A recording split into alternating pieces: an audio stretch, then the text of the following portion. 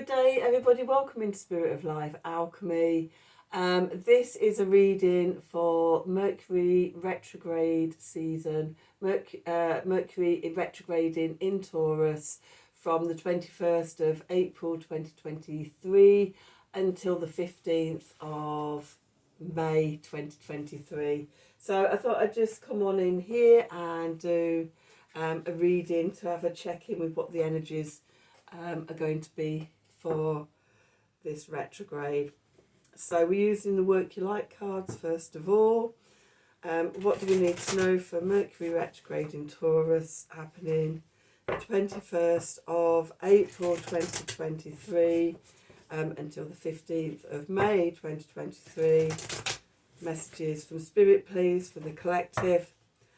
What help, advice, support and guidance can Spirit give the collective to help us navigate these energies for our highest and greatest good? What do we need to know? I apologise for my voice. It seems to be disappearing. It's feeling very crockety. Crockety, is that a word? So I'm going to try and get through this video as best I can.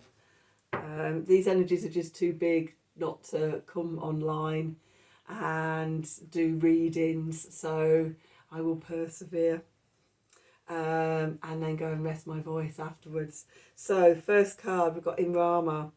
Where are you being called to journey to? Okay, and with that we've got Trust the Niggle. What is the niggling feeling trying to tell you?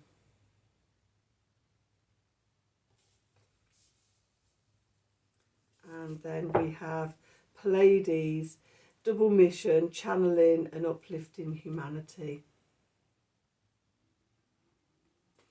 Okay, so Imrama is about the sacred, journey into the sacred places on the planet.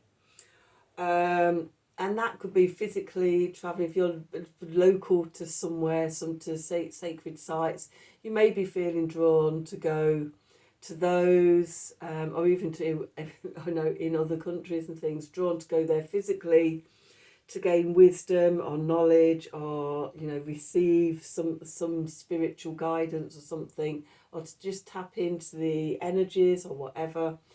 If you can't go there physically, then you may be being drawn somewhere. You can go there energetically, projecting your spirit to the site, or I like to go down into the earth and go through, connect to Gaia, and then come up again at the site and just pick up on the energies. That draw could feel like a niggle. There's something, some connection that you feel you need to make, or there's some sacred wisdom or something there that you feel drawn to. And that drawing could be something that helps to uplift and to help uplift humanity or heal the planet, or whatever. Only you will know. This is your journey. We all have our own journeys. Okay, but it's guided by our galactic family, particularly the Pleiades, who are a lovely, loving family. Let's do some cards. Let's do some cards and see what the cards have to say for this. As usual for these types of readings, I'm using my El Goliath deck, my shadow cards, because they look to see what's below the surface, what we're here to work on. And normally in retrograde times, or in new moons and full moons, or eclipses and things like that, there's deeper hidden stuff that is coming up ready for us to work on. And so, yeah, this deck really aligns with that type of work. So what do we need to know for Mercury retrograde beginning on the 21st of April 2023 retrograding in Taurus, through until the 15th of May 2023. Messages from Spirit, please, for the collective. What help, support, advice and guidance can Spirit give the collective? Help us navigate these energies for our highest and greatest good. Okay, what do we need to know?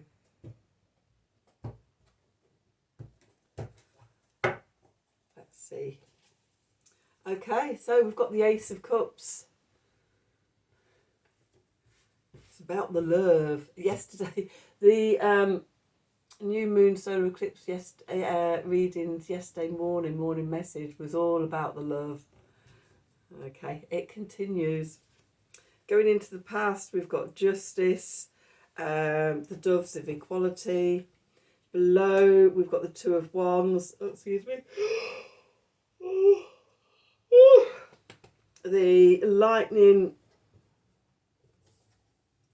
strike antennas. Above, we've got the Queen of Swords, the Baroque Queen. And we're going into the Queen of Cups, the Mother of Crystals. Okay, the clarifiers. We've got the Shaman, the Medicine Healer. Judgment, the Transcendence. And the Sacred Fire, the Rebirthing Bonfire. And underneath, we've got the Four of Cups, the Wandering Mind. With the Four of Wands, the Beaming Vessel.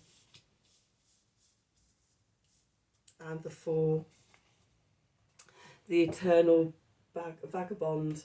Okay, let's just put the cards back there. Okay, so the Ace of Cups, it's all about filling up our cup first. We're trying to help others or live our life from an empty cup. We get exhausted, we get overwhelmed, we get fatigued.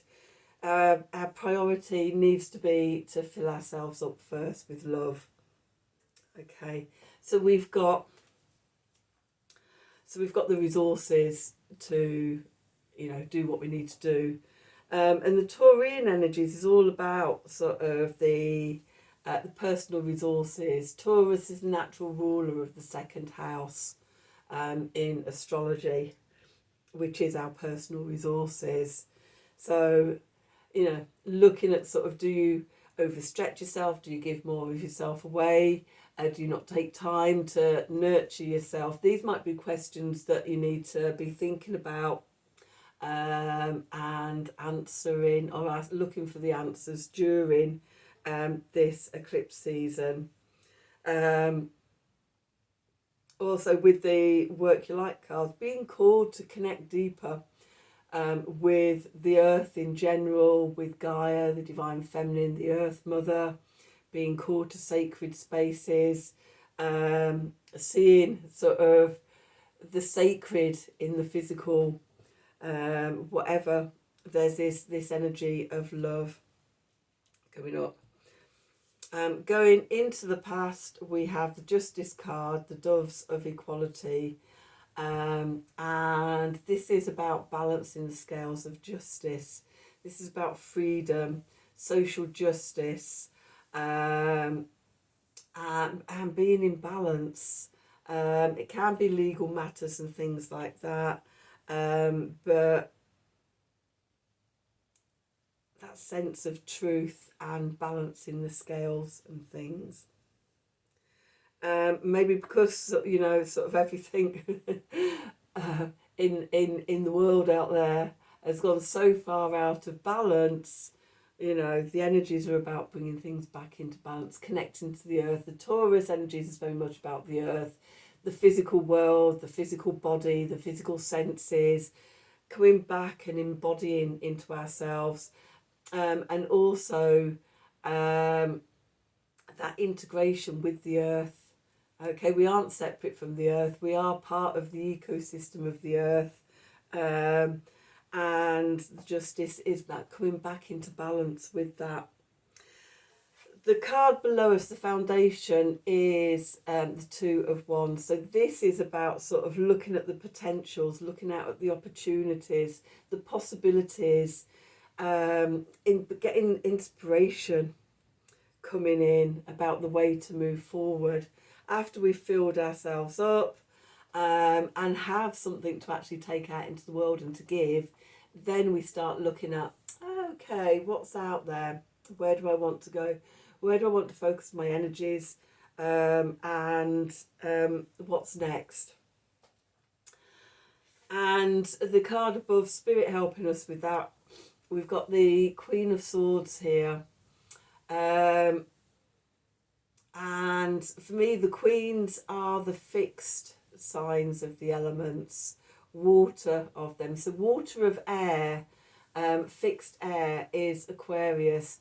Now, Pluto has just moved into Aquarius for a few months.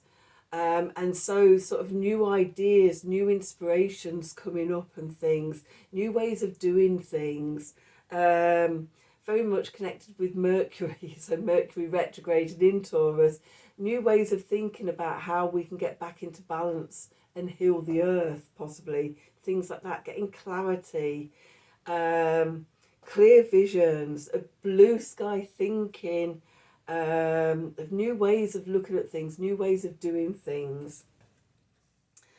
Okay, so yeah, that clear side, being able to see, focus and see in the darkness. The bird looks like some sort of hawk or eagle, some sort of bird or prey. Really acute eyes, see in the dark, hone in and focus into their target, their prey, swoop down into their claws. There's no misjudging anything. That focus, that vision. Okay. And then what we're moving into is the Queen of Cups. Okay, so we're filling our cup up. The fixed water is Scorpio. Water of water. There's not much more watery than sort of Scorpio. It's sometimes called the emotional sewer, the emotional quagmire. That some of that emotional load can feel very heavy. Sorting out the dross and the treasures from the dross, using our intuition, going deep into our intuition and our emotions to find the gold. Also, during Mercury retrograde, we are going to have a full moon lunar eclipse in Scorpio. So, you know, there could be, that's going to be opposite Taurus. Scorpio is to opposite Taurus. It's the other side of the financial axis. It's about our shared resources, sex, death, you know, financial institutes and things like that. And it's going to be opposite. The sun is going to be conjunct Uranus opposite the moon. So the sun and Uranus in Taurus opposite the moon in Scorpio. So yeah, diving deep into our emotions. The other thing about this Mercury retrograde is that Mercury, who rules Gemini, is retrograding in Taurus, while Venus, who rules Taurus, is in Gemini. So there's this mutual energy supporting each other. Okay, so I think sort of our emotions are going to, it's not just going to be our mind involved in this Mercury retrograde. I think it's very much going to be our heart as well, and a sense of bringing the head and the heart together, especially with the two queens, the Queen of Swords ruling the mind and the Queen of Cups ruling the heart, you know, bringing those energies together. The clarifiers, we've got the shaman, the medicine healer. It is a great time of healing. We spend, you know, a few weeks reviewing, going over, clarifying, checking in, making sure, you know, everything's in place and right. Is there more healing to do? Is there stuff to go over? And also the connection to healing the earth as well from the Work Your Light cards I'm getting there as well. So it's a time of great healing with the Judgment card, the Transcendence. Again, more reviewing, being at the crossroads. Which way do I want to go? Looking backwards to see how we've got here. Does anything need redoing? Is everything in place?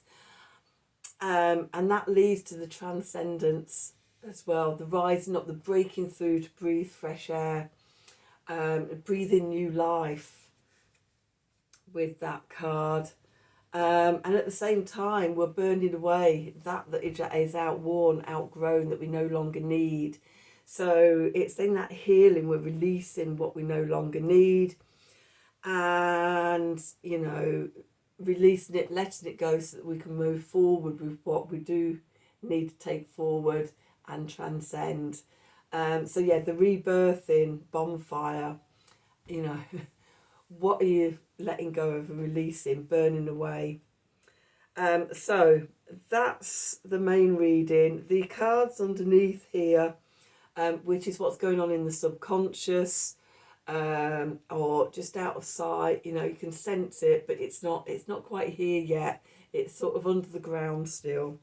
So interestingly, we've got these two fours. We've got the Four of Cups and the Four of Wands. So for me, the Four of Cups here, called the Wandering Mind, it's a message not to get caught up into the mundane and not see the spiritual gifts coming through with the Fourth Cup. The one from the middle, filling your own cup up, bringing the spirit. It's a big message at the moment for me that's coming through everywhere, bringing the spirit into matter, bringing the sacred into your everyday life, living life from a place of sacredness. Okay, that making that connection, seeing the Fourth Cup, the divine gift of the Fourth Cup. In the Rider-Waite deck, you've got the figure sat underneath the tree, sort of head down, looking at the three cups, and he doesn't see the cosmic hand coming through the cloud with the Fourth Cup, the gift from Spirit. And the message here for me is about seeing that spirit, seeing the sacredness in everything that we do. Every day, every moment is sacred. And when we do, we come to the Four of Wands, the 1111 card. We pass through the portal into a transcended life, into a magical, alchemical life, spirit sort of all around us. And I love that this is so lit around the turtle. It's going with the Judgment card, it's that going into the light, a new way of living, of being, of transcending. And I think that's very much sort of inspired by the Pluto in Aquarius energies, the beginning of the new age. And a message just to dive in. Fully surrender yourself to it. Fully commit. Be the Fool here, the eternal vagabond. Just step off the abyss into this new type of life, the type of love, type of energy, and just go with it. Okay. Okay. So that little job is just your Mercury retrograde. Obviously, it will all sort of be different for each of us in our own personal lives, depending where we've got Taurus in our astrology natal charts, and things like that, that it will be affecting us in different areas of our life. But the reading for the collective is about the general energies. Okay, so really nice energies here. Yeah, open your eyes to the magical and the spiritual, and our deep connection to the earth. It's truly a magical place here. Okay, so that's the reading for Mercury retrograde for you. I hope you enjoyed it. I hope it resonated for you. If it did, please do like, share and subscribe to the channel. Click on the wiggly bell for notifications when I'm doing readings. Help me grow the channel, please. That would be I would be so grateful to you for that. So yes, please. If you'd like a personal reading from me, then please email me at the email address below this video in the descriptions box. Have a wonderful Mercury retrograde, and until next time, thank you for watching.